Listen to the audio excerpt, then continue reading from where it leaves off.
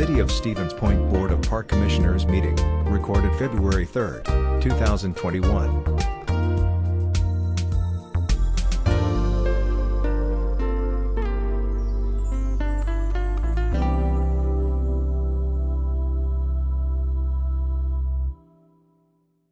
It is 6:30.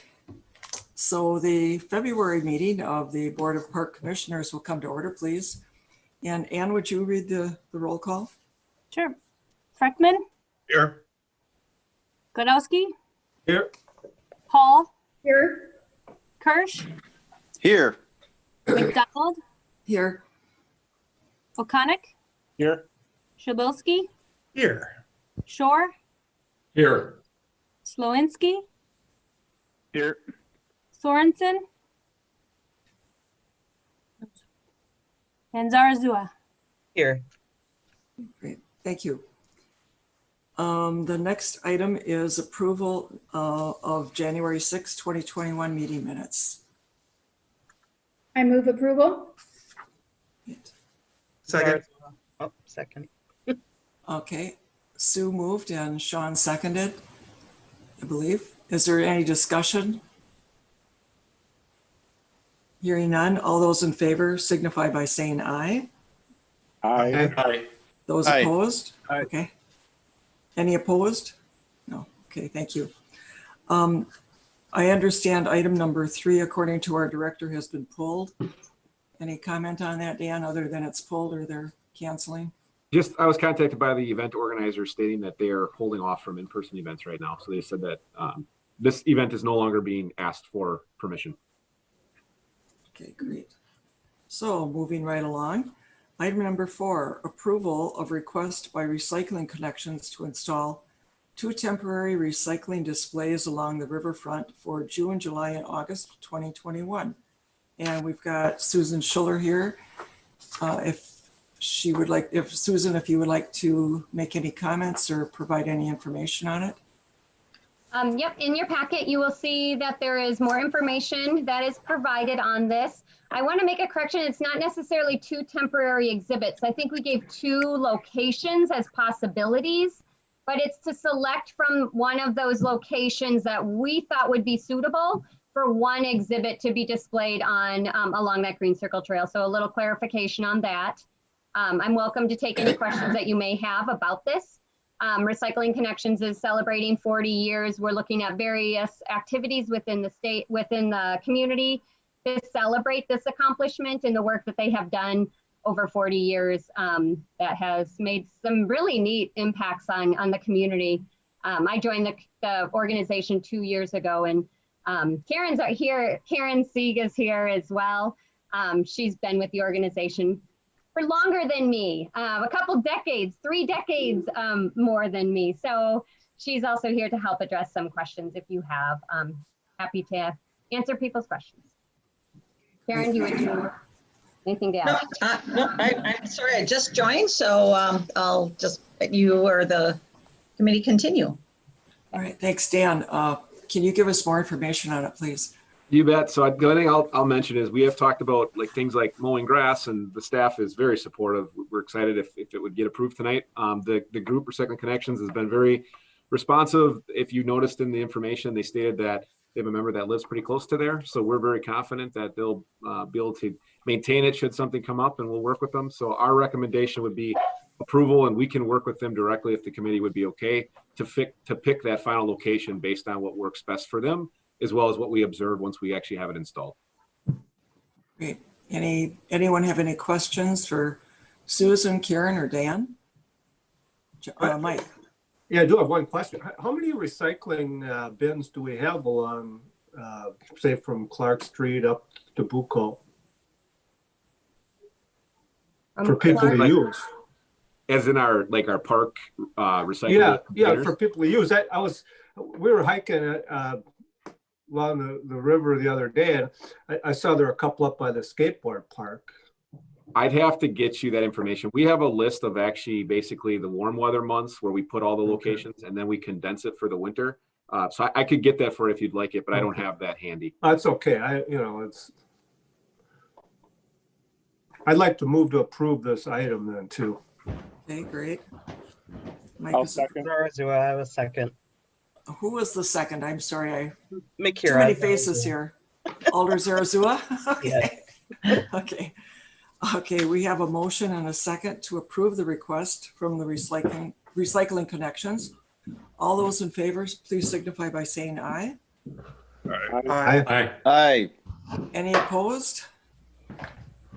Okay, the motion is carried. Thank you, Susan and Karen. And Karen, thank you as Appreciate well. it. I'm sorry I was a few minutes late, but yes, thank you on behalf of our organization, our board and staff for approving this. And again, it's just our involvement that with the community that we're really hoping to do with this and education and yeah, really appreciate this opportunity. Thank you. Liz, I have a question. Where, Sue? It's Sue. Oh, there she is. I have a question. Weren't we supposed to decide if we wanted to have the, between Buchholz and Pickner along the river or at the dock and skateboard park in Buchholz? Weren't we supposed to decide that? My understanding was that we were going to have the staff work with the recycling people to make that determination. Is that correct, Dan? Yeah, that if that's okay, that would be my preference. That way we can go walk in the field and make sure we place it what makes the most sense. Okay. Great. Great, thanks. All right, thank you, folks. All right. Item number 5, approval of contract award for project number 20.052 to Upper Midwest Athletic Construction Incorporated in the not to exceed amount of $80,279.20. Not sure where the 20 cents came from, for Gerke Tennis Court resurfacing. Good Dan? measure. That's where it came from. Good measure. No, this project, I'm happy to report we did get multiple bidders, and I love when this happens. We are significantly under budget. So this project was budgeted at $115,000, as you recall, from our capital budget. And we did bid a couple alternates just in case. We weren't exactly certain where numbers were going to come in given the way construction seasons have been. But we did get 2 bids. You'll notice the low bidder actually included an in-kind donation on their bid item. So we are asking for approval to award to Upper Midwest Athletic Construction. Rattler Corporation has worked with this company in many projects. They're very reputable. And the number is larger than their total bid because the city common practice is to award it with a 15% contingency. That way, if we happen to run into something, we can authorize that and have them fix it subsequent of coming back to the committee. Based on what we've evaluated in the field, we don't anticipate that, but even with the contingency, you'll see we're quite a ways under budget. So that's a great thing. And this we'll work with, if awarded, we will work with the organizations to make sure that when we tie that cord up and we have to close it down, we're hoping that can be maybe 3 weeks or so. It might be a little bit longer based on weather, but we'll make sure that we communicate that with the community clearly. So our staff recommendation would be approval of award of the contract to Upper Midwest Athletic Construction in that amount stated on the agenda. I'll move approval. All right, Alder Shore moved approval, and I'll second. I think Matt already, or was it John that seconded? I did, Liz. Okay, sorry, John. Second by John O'Connick. Any further discussion or questions? I have a question. Is that also going to be including with the pickleball courts, with the tennis courts?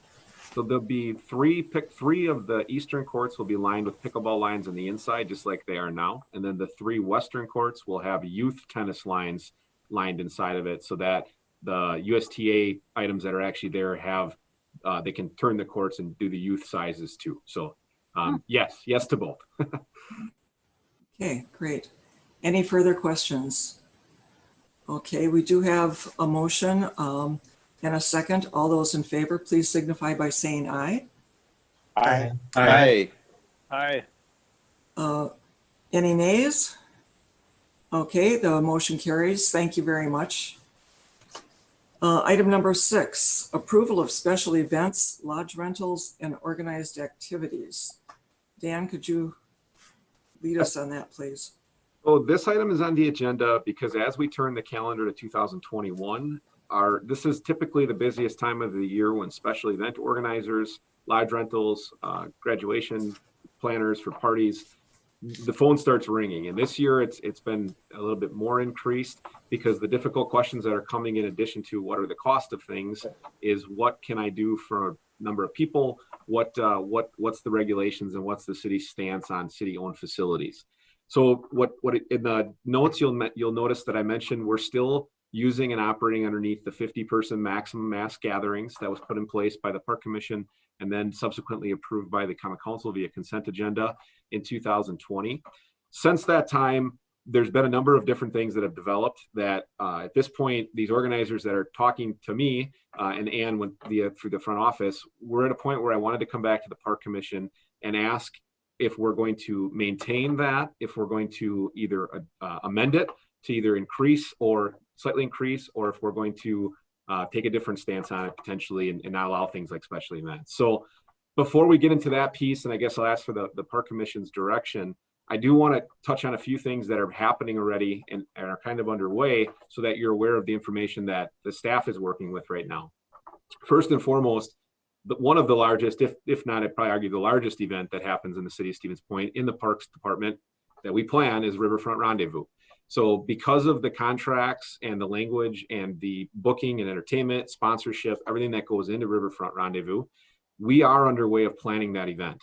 So what we've done is we've always had a force majeure clause and a rider on the event that allows us to basically, and I'm not an attorney, but operate when things like last year where a pandemic hits, we're not at a financial loss or a financial exposure. So that is how last year's event, when we had everything booked and we're planning to go, we were able to reverse course when we did cancel that. This year, we've increased that rider language to be 60 days. And the idea of that was that by the time we'd hit that May timeline, we'd have to make a decision, the city as a whole, of are we doing that or not. And similarly, last year, we worked through the EM manager, the mayor, the council president was in on those conversations, myself, and obviously the pandemic kind of made that decision for us. But where we're headed right now is we've started planning that. We're putting together the events, and we're starting to work through even COVID protocol internally. And we've begun to start referencing a CDC guideline that came out that's labeled events and gatherings. It's a readiness and planning tool. So they've come out with a 9-page planning document that goes through things like policies, procedures, is giving recommendations. And primarily, as we're all aware, the CDC's started to put guidelines out on lowest risk, things like virtual only activities, staying home, all the way up to highest risk, which is, being outdoors in gatherings. And it goes by levels of criteria. And this document gives more information about the things that to try to spread people out and try to lower and reduce that risk for cities or municipalities, locations that are having events and gatherings. With that said, in addition to the city's planning and discussions, we now are being contacted by the other large events like Levitt Amp Series, that's their weekly on Thursdays. City Band is starting to make their plans for what they're going to do on Wednesdays. Pride Fest has reached out to fill out their special event application. Paddle Quest is starting to make their plans for Bucol Park. So event organizers, everybody is very proactive, and they're starting to talk about how they can modify the events. Nobody has contacted us saying that they're planning to not have COVID restrictions and modifications. However, they're all kind of hanging in the balance on if it's 50 people, we're unable to ultimately have these type of events. Similarly, with some of the different parties that happen in Piffner Park or in the different lodges, they're in a similar realm depending upon what the numbers are. So what I'm asking tonight is ultimately from the city side, I see us having a couple options and recommendations here. If we're at the 50 people like we did last year, that essentially closed out the special events. If you look around other neighboring municipalities, not that that's the only criteria, but another stance that's been taken by potentially, I talked with the Wausau Parks Department, City of Marshfield, is where they've gone to a model where they've told event organizers, you have to modify your events and you have to work with your health department and you have to go through developing a plan. And they've allowed those facilities to then be open and rentable, but knowing that there's restrictions, that's not just, come and run the event like you used to. These are expectations. That lends itself to an enforcement question. That's a lot of times of how do you enforce something like that? And the short answer is you enforce it to the best of our abilities. So quite similarly to the ordinance restrictions we have for all of the different laws and ordinances we have in the city, there's a lot of things in relation to the COVID restrictions that might not be enforceable by law. However, there is far extremes of how people would be acting if they were completely ignoring some of the COVID protocols that could be enforced by law. And we would have to work with the police department, to kind of go through if that's the route we head. Another option is to say we're going to maintain either a 50 person or a certain percentage. The difficulty there is we did run into this a few times last year is the questions continue to mount of, is that at one time? What if it's 50 people outside the building and 50 people inside the building? What if we spread out into different pods? And we know so much more now at this time in 2021 about pods, social distancing, and modifying routes, travel lanes than we did necessarily back in, say, May or April of last year when events were planning.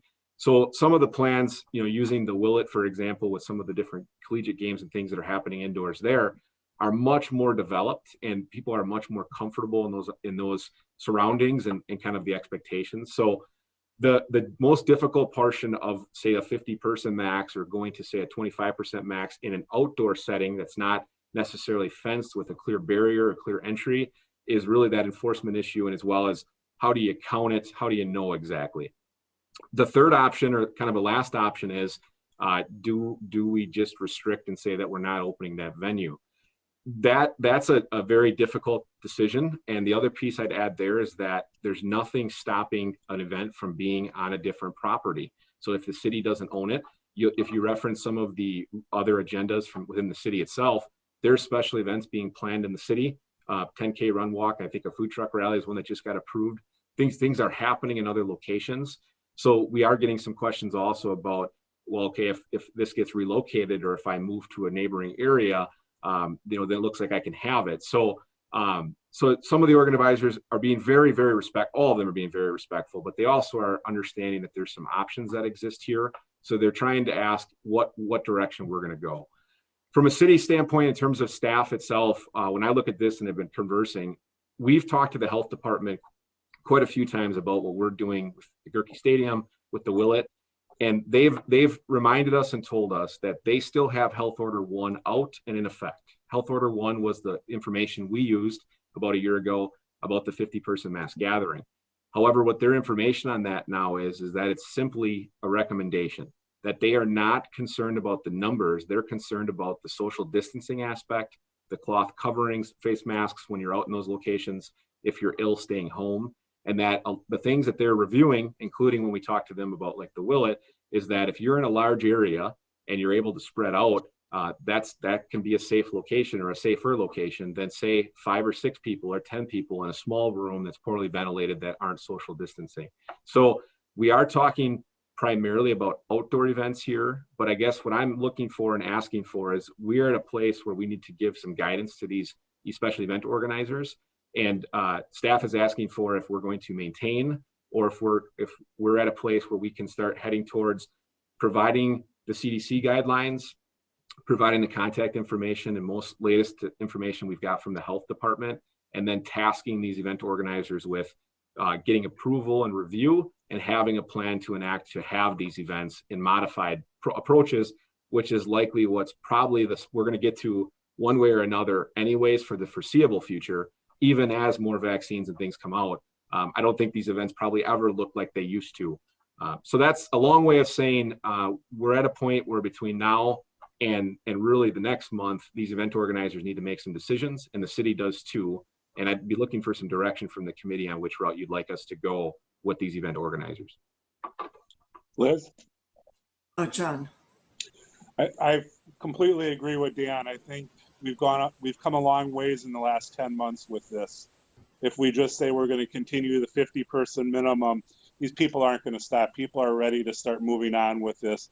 And I agree with the vaccinations now, and people that are uncomfortable going to Riverfront or any of these other things will not go, and that's fine. And I think if we do offer the CDC guidelines to these people, encourage them to follow them, and like you said, Dan, change the event somewhat to provide social distancing, I think would be a good choice. I think we need to give you the direction and the people that we are here to allow them to use our facilities and do these gatherings, but with some caution involved. If we just close the door again, I mean, they are going to happen. Clover, I mean, if we look what happened last year with Clover with the softball, baseball, they did it, we didn't. Did they have any breakout problems? No. And I think also we put in there that if the things do change between now and June and July, we pull out of it and we change it. I mean, this is a fluid situation, and I think we're able to change it if we have to. But I would suggest, I think that's a good plan to follow. You know, allow people to start planning this stuff, and we'll go that route. David. Or Alder Shore, I No, should say. yeah, Excuse me. no, that's fine. Thank you, Chair. We do know more than last year, and it's helpful, it's important, but knowing more is different from kind of what's at stake, what's the health threat, and we're responsible for the decisions we make, and I never feel good on these issues with the reasoning that if we don't, someone else will. It just doesn't hit me as a great argument. I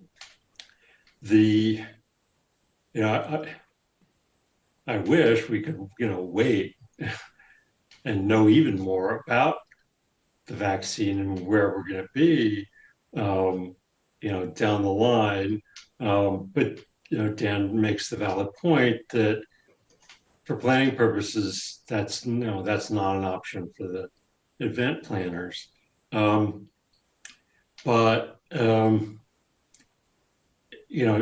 vaccine's here, but we're not going to reach herd immunity. I mean, I can have a lot more confidence, saying what we could let happen in September than what we can say is okay in June or July, which is a kind of a roundabout way of saying that the key thing for me here is being able to count on spreading out, and events that really will be able to have good social distancing.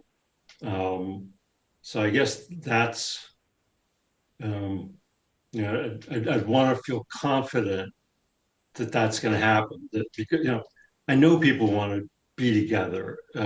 We all do, but being together too much too soon, is just going to get us back to a really bad place with community spread.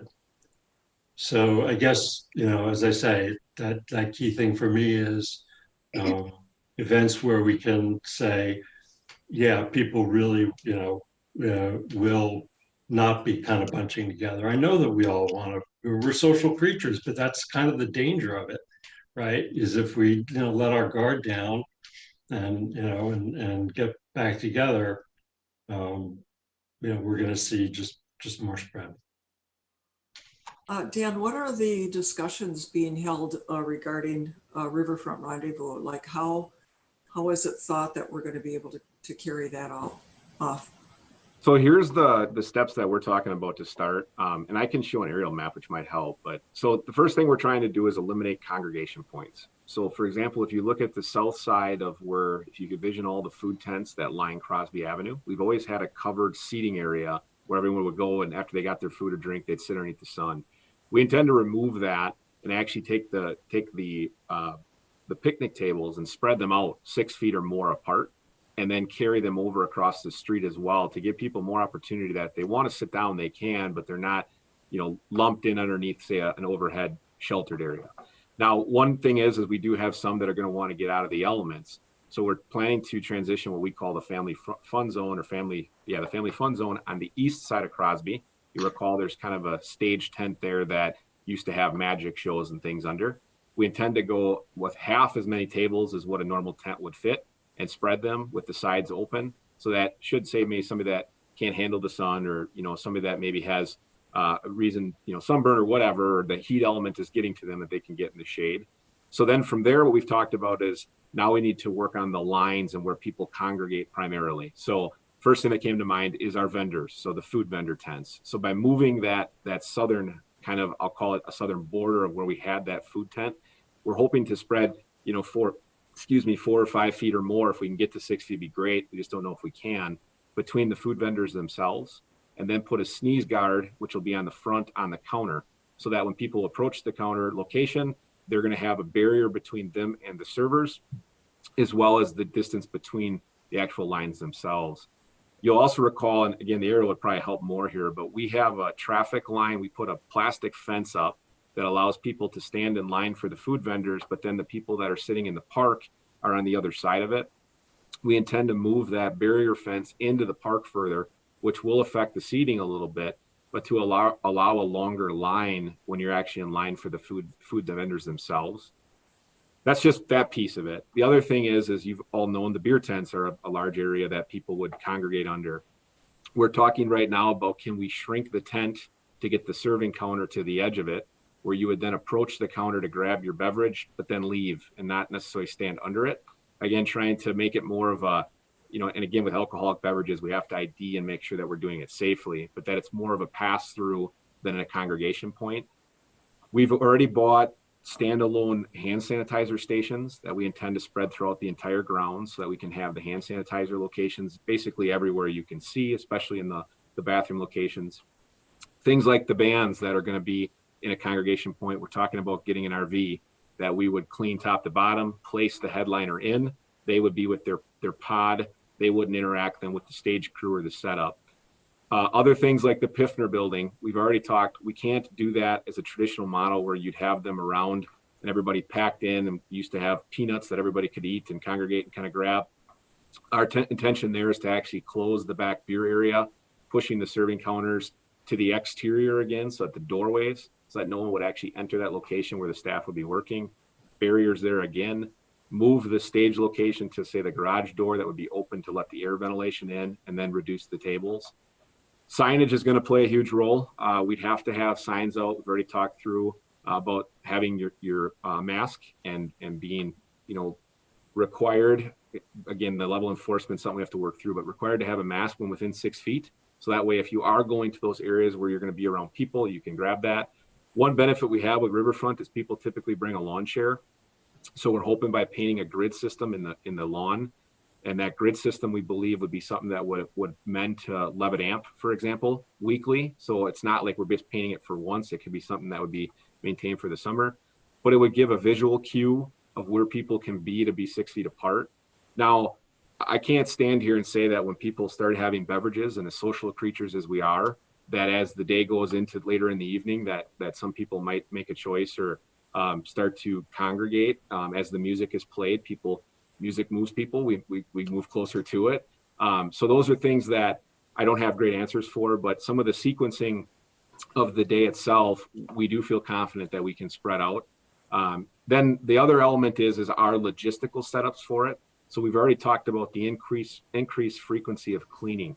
So restrooms, for example, will likely have to have some signage stating about people entering the restroom. So saying that, a significant reduced amount or households to go in the bathroom, and then cleaning that facility likely a couple times on the hour versus maybe a few times on the day like we used to. In addition, we've always had the portable restrooms, but do we strategically place those in spots too, where people can utilize those if there's a line at the bathroom? Our family fun zone that is across the street, we intend to spread out wider. So say if you're watching the Lumberjack show, you have the ability to kind of watch it, but not be on top of the food seating area. So we've, as you can tell, we spent quite a bit of time evaluating it, but a fear, it's just the truth and the reality we live in. The fireworks brings thousands of people. It does, and we're usually excited about seeing everyone. The good news is now, is in the social situations, at least that I've been in, I think everyone's pretty self-aware about protecting oneself in a lot of those scenarios. I'm using things like the grocery store, or when you go out to different locations, or maybe standing in line to pick up takeout food. It'll be hard to know, and luckily, some of these events will likely come before the cities, but to see how people handle those social situations, say, for example, if you're sitting on your lawn chair watching the fireworks, I think you're going to have a good majority that are going to be respectful of that and be really good about it. But there's no doubt you're going to have some that maybe are, maybe they've had COVID, or maybe they've had the vaccination, that they're going to be closer. And from a logistical event organizer standpoint, we aren't going to be able to decipher that. So it's really comes down to if we go forward the way we're going, planning for as much as we can, and then trying to enact that plan, knowing that there'll be some things that happen that are going to have to be static during the event that we're going to have to respond to. What about controlling the size of the crowd or mask, controlling masking? Was anything like that being talked about for Riverfront? The crowd size is really not controllable in that setting, short of setting up a barricade around the whole park and trying to go numbers wise. So we're trying to open up just more sight lines and letting people spread out outside.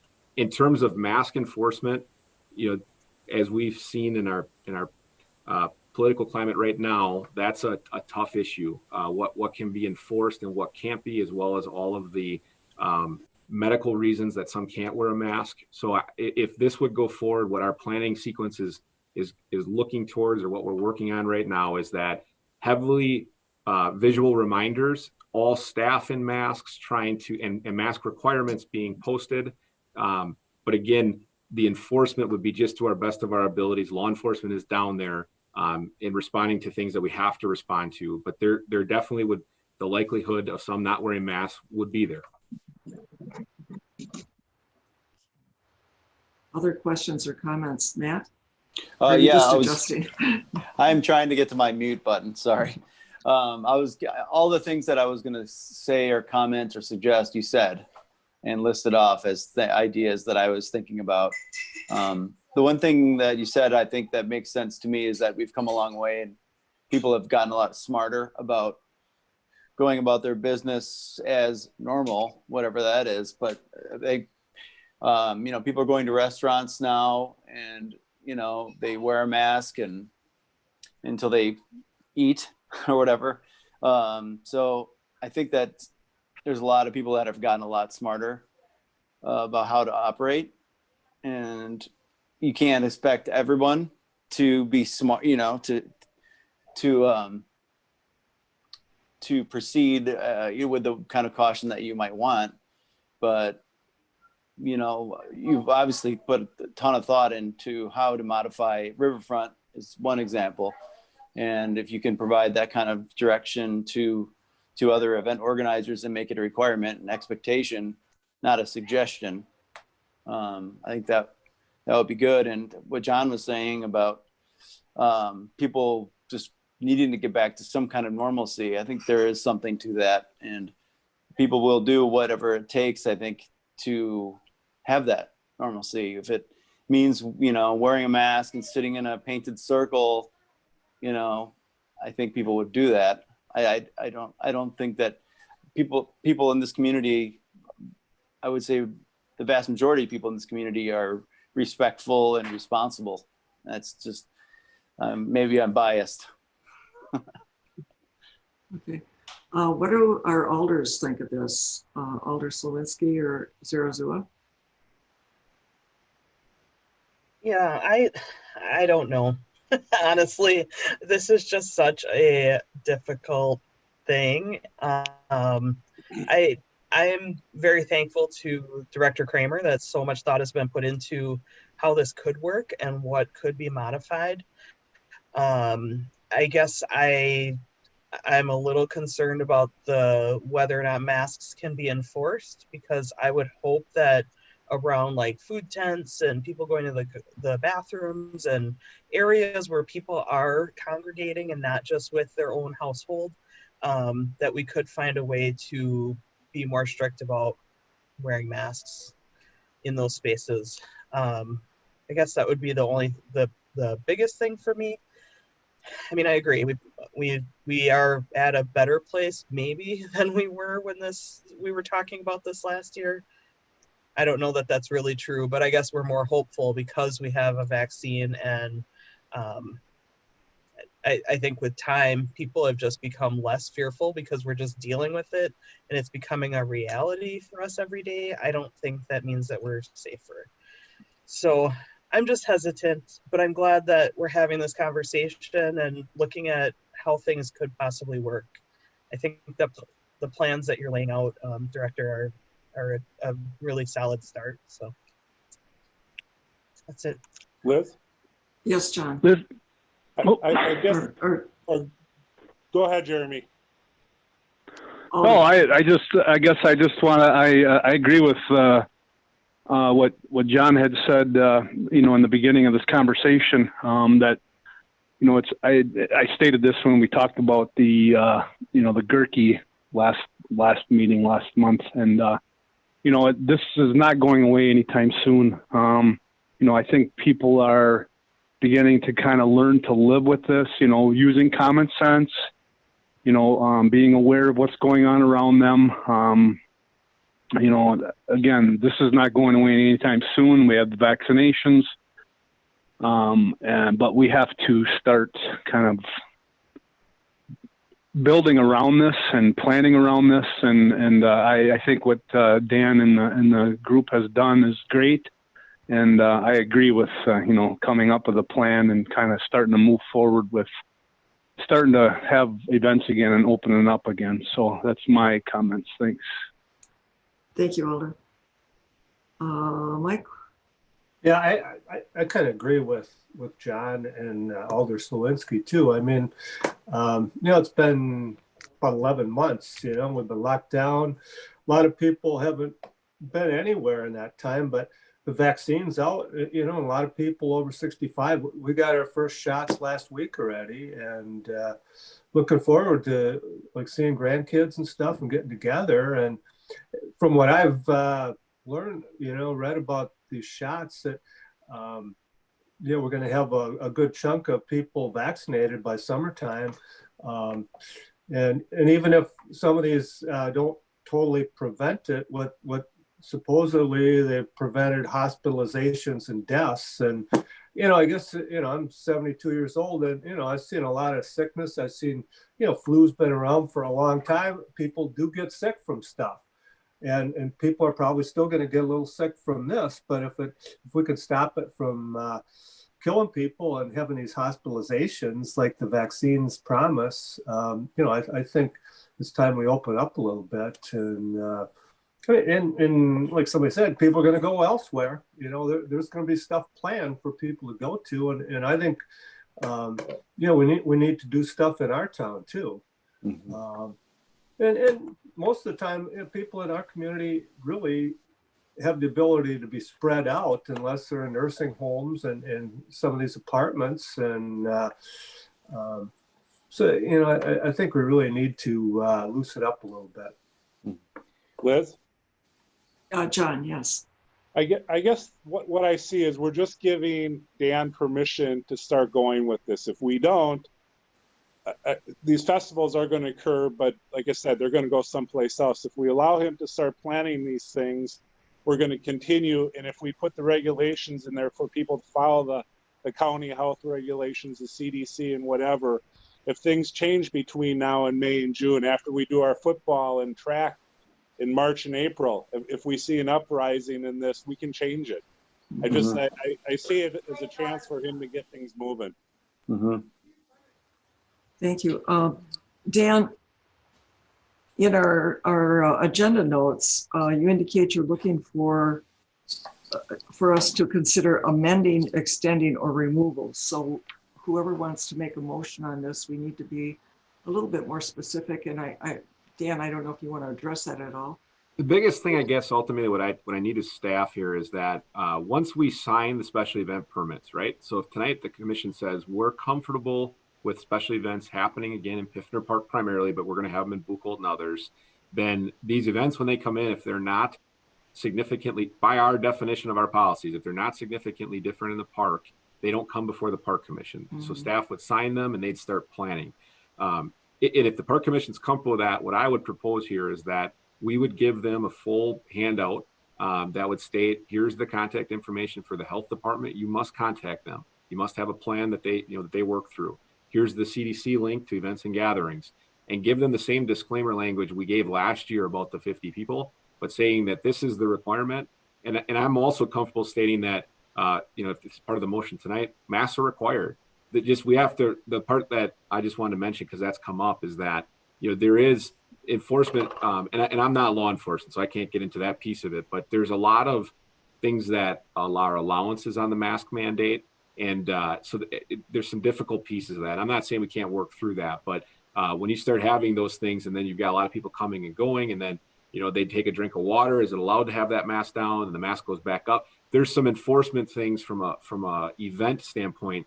I think we're further ahead trying to spread people out so that those things are less of an issue than if we allow them to congregate. So I think we can work through that. But tonight, what primarily would help me is to say, if the commission's comfortable, we can issue these special event permits, make them aware that if the climate changes, as in we have a spike or the park commission so chooses or council, that could be rescinded later. But you have to have a plan. You have to consult with the health department. You have to have masks involved. You have to follow CDC guidelines. And from my conversations, if that's the route that the commission would choose here tonight, I believe all event organizers have been very agreeable. Nobody's been asking for the waiver of that. But again, it's not necessarily as black and white because there's some flexibility in the guidelines. Are you Liz, could I? Go ahead, David. Thanks. So I think we have a consensus to support what Dan and staff have been doing. I just want to say a little bit more while we're discussing it in terms of our concerns, right? So I understand the difficulty with enforcement of mask wearing. Let me just take a second to say the pieces that Dan referred to that concern me the most. And he won't be surprised, right? He referred to the natural tendency of people when they hear music to move to the music. That's concerning. The other moment in the discussion about fireworks and, will people stay spread out or will they bunch up? So, whatever can be done. I know you're focused on the collection points where people might bunch up, and the marking the ground makes a lot of sense too. But I think some sort of staffing maybe to give or some way to handle the tendency of people to move toward the music. Crowd management. For that potential bunching up of people. I mean, even wearing masks, if people are close enough together, then the value of the mask starts to go down too. So those are the pieces where I'm really most concerned. Thanks. Dan, this does not negate you working with the health department as you are now. I mean, that's how you developed the guidelines for Gerke and for the Willett Arena, et cetera. So really, we're not just opening this wide up and letting an event, like if somebody wants to rent the Piffner building, so you can have as many people as you want, correct? Correct. I mean, ultimately, I think what the consensus here I'm hearing is that if the motion was to state, for example, we're going to remove the 50-person capacity and replace them with, you must follow CDC guidelines, consult with the health department and have a plan reviewed, and work with the health department, and masks are required, we can replace that then essentially and say, these are the steps you have to do and tell the park commission or council or the climate changes. And then, we would not be focusing on if it's 52, you can't do it. It'd be focused on, you have to follow these procedures. And what that would open up is, say, a lodge rental, they could spill outside, for example, and have more and go through that. And the health department would tell them if they contact them. And I also want to just premise, the health department can't talk individually to everybody. Obviously, they have to do, they've got a large call volume. They're working on the vaccination. So, but by being early on, especially these large events, we're working with the Willett athletic directors. They've been incredibly responsive. So yeah, we would continue to work with them as staff and get the updates and provide that to the organizers. But I really believe if we go to removal of the 50-person, then we have to enforce you must make contact, and this is what you have to follow. Dan, how are we going to know if they make contact with the health department? Ultimately, do they submit something back to you or what? The health department's not going to sign review. The short answer is all we can do is provide the education. And then from there, I don't believe there'd be a way for us to say, well, if you don't, we'd stop you, right? Again, there's only so much control. Similar now, right? We can't we can't force 50 people, right? Because at a snapshot, there might be 51 here. 10 people leave, 10 more people come back. They might have had 100 come throughout the day, but we don't have a monitor there. So quite similarly, we were in a place of trust before. We were trusting people to say, this is what we've set for you. This is what we tell you to follow. And then we had to take them at their goodwill that they were going to follow what we were telling them. And if somebody was to violate those rules, we had to come behind it and say, well, then you lose your permit. And I think quite simply here would be very similar, is that if an event organizer didn't contact the health department, people are coming down without masks and they just have a free for all, we could add language that states, then you might not come back. That's the risk you pose. Chair? Was that John? Yeah, I guess I feel this being outside, I mean, if we're talking a cultural fest, which has what, 4,000 or 5,000 people, correct me, I don't know, but an indoor event like that worries me more than having some of these events outside. And I think, again, I give people credit. Majority of people know what social distancing is and will abide by it. I'd like to make a motion if I could. Please do. Dan, I guess so. We'll remove the 50 people maximum. And I guess if you'd help me with the wording, how you want it here. I guess one thing as far as masking, I'd like to add, if the vendors, I guess if we have somebody preparing food, would that be a good idea? I would assume to have their employees masked. If they're working with the food, preparing it, they should be masked. I agree. I don't Sounds think reasonable. Excuse me? Sounds reasonable. Yeah, I mean, I think if we can make requirements such as that, city staff, those kind of requirements, the police will not, I'm sure, enforce any of this out there. It's a very difficult situation. But like, again, I give people credit. We're in a year into this, and most people are cooperating, and we'll learn. I mean, we have another 4 or 5 months before these occur, and if we have another outbreak, we should be able to, pull the plug on it and change or advise differently. So I think if we, again, require the people to follow the CDC requirements, contact the county, and from there, I think it's a good idea. So I guess I'm looking to you what you're specifically looking for in the motion. So I think off of what you said, Commissioner O'Connor, would be motion by O'Connor to remove the 50-person maximum and replace with adherence to CDC guidelines, mask requirements, and consulting with the Portage County Health Department. Very good, sir. Fair? Okay. I'd second that. All right. Motion by John O'Connor, seconded by Mike Wadowski. Is there any further discussion?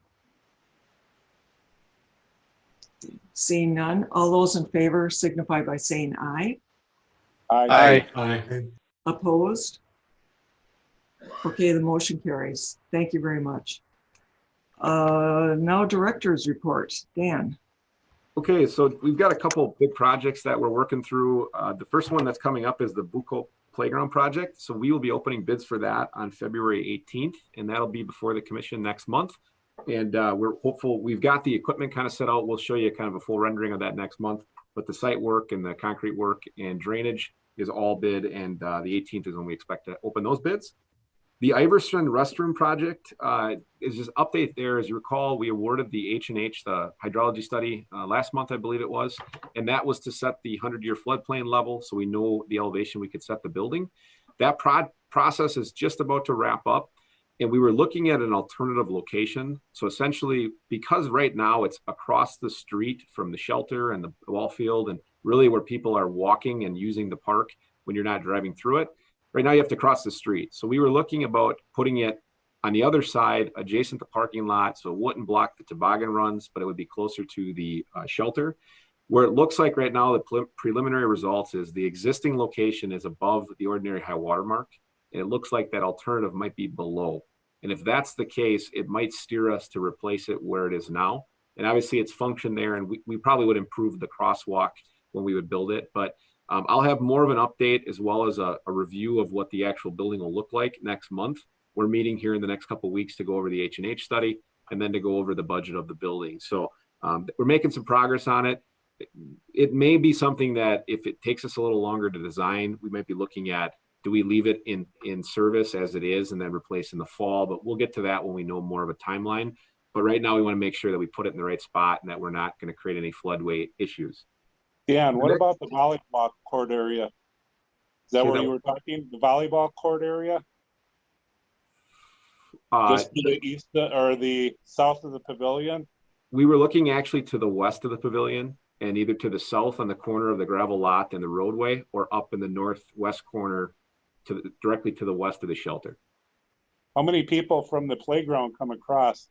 The other restrooms across the bridge, correct, on the east side? Would it be, yep. I mean, is the bathroom for the playground, would that be practical to move it closer there versus the ball? I mean, is it mostly the people that are using the ball diamond that are using those restrooms, or? Well, I think the ball diamond's a heavy traffic. I think your people that are using the shelters heavy traffic, and we get quite a bit of drive-through traffic, walkers, bicycles, and cars. So we could move it over to the playground, for example, but really then you're even closer to the other restroom. And right now we're between the two parking lots. You're between the asphalt lot and the gravel lot. So I think location is probably best where it is on a review. But the short answer is if the floodway forces us to put it where it was, it might be out of our hands anyways. But I'll make sure we have kind of a more report and aerial maps for you at the next meeting. Because that area by the lodge tends to flood a lot when we have heavy rains. Yeah, where the volleyball court is. Yep, exactly. That whole area looks like, now that they've actually done the hydrology study, shows that it's underneath that 100-year flood mark, and that's why it's so wet there. Thank you. The next part of the director's report was the KB Willett Arena. I think I referenced this a little bit earlier, but we've been working on the Willett back and forth quite a bit. Kate and her staff's been doing a great job trying to keep things rolling with our different programs. We actually have a playoff game scheduled there for, now it's Friday. They just postponed that because of the snowstorm. So SPASH is going to host a playoff game. But in addition, the collegiate athletics are at a point where they are working on tournament sites and host sites, and in a very modified approach following our current guidelines. UWSP did work with us to submit a bid for the Frozen Four. So we're working through, we'll first be notified if we would get lucky enough to host that in the coming weeks. But I did want to let the commission know that we did work with them, made sure we had the guidelines and things in it that you couldn't have. It wouldn't be like the Frozen Four in I think 2019, not even close to it, but it would still be the teams and obviously using the facility to highlight the facility. So we're hopeful that maybe we get good news there, but we won't know here until a couple more weeks. And then modification for the pointer games for fans, or will that just be for the players? No, right now the way to my last update was that there'd be no fans for the collegiate games. Okay, thank you. Yep. So then the last thing I wanted to show here, just an aerial of to give you an update. This is something that the finance committee is going to talk about on Monday, but I'm going to share my screen. This is the cultural commons. Can everyone see this? Did that come through on everyone's screen? Yes. Okay. Yep. Okay, so I think I referenced this in the fall of last year, but this is kind of a rain garden swale area. Essentially, the low spots in the cultural commons, when they fill with water, there's a culvert that connects into this swale, is what I'm going to call it. Last June, the city got a call from a member that was down in the cultural commons that noticed some water in this part of the swale that had a sheen on it, just kind of, it looked like an oil substance or something on top of it. That led a call to the mayor, who then led to me, where we wanted to investigate it and look into it more. I think you'll probably recall I mentioned that we had pulled a sample and it had come back with some contaminant in it, essentially, PAHs, which is a polycyclic aromatic hydrocarbon. What that made us do or look into is we wanted to make sure it was safe for people and what our responsibilities were. So we put a perimeter fence around the whole thing that's been there ever since. Following that, we worked with a consultant, it was Sand Creek Consultants, I think it's just near Amherst. They came over underneath direction, working with the DNR, as well as talking to the WPS site environmental engineer. We ended up pulling a sample to test the groundwater as well as the surface water for PAHs.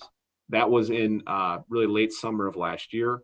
It came back with concentration levels that were above the acceptable limit on the site, essentially, or in the space. That led us into a location where we worked with WPS's environmental person, had them look into it. We worked with Sand Creek, the consultant, and it led us to, in August of last year, a spot where we needed to report it.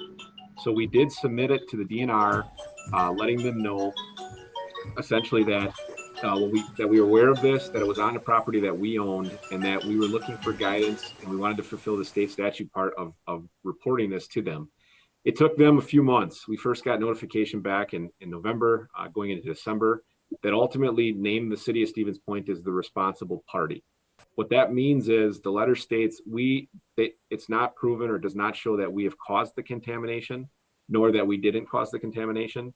But because we own the property, essentially, we're the last ones holding the bag, quote unquote, because it's our property. And at that point, we have to follow a number of steps by state statute because of the substance that was found in the property. Where does that leave us today? For the last month and a half, we've been working now with the Community Development Department because they have a brownfields grant that they're working through with the EPA. And that grant, potentially, if we're eligible, will allow the Stantec as the consultant, but the consultant through that grant to cover the cost for us to evaluate the site and basically come up with a phase 1 and phase 2 remediation and kind of plan to clean it or find out what the extent of it is. Right now, we have to basically affirm to the EPA that we did not cause it, that we're unaware that the city would have caused it. And from our review and records, we believe that to be the truth. The property was first acquired by the city in 1946.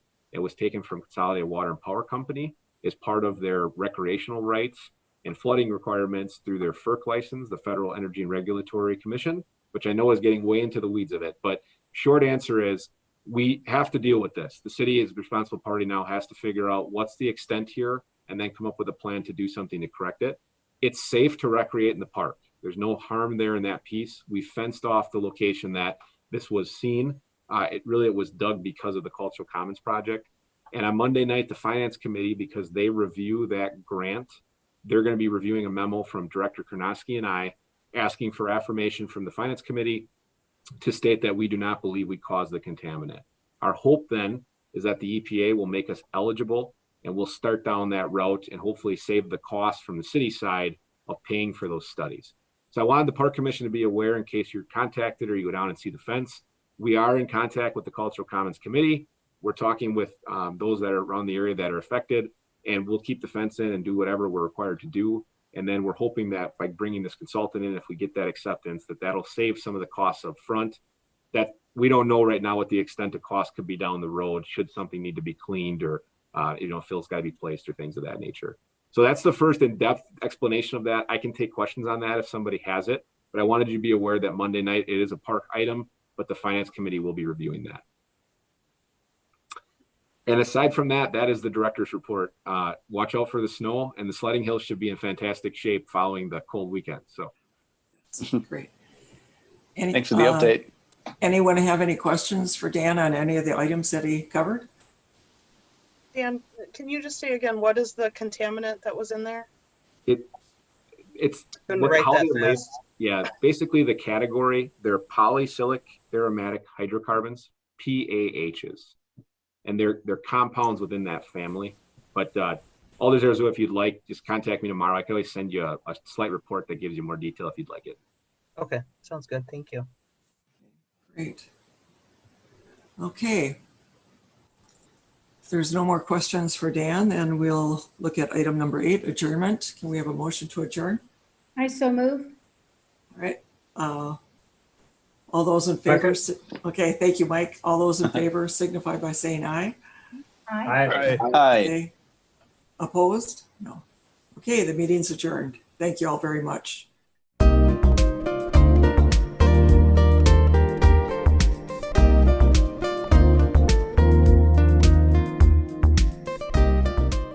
A video of this meeting is available for viewing on the city's website, stevenspoint.com/videos.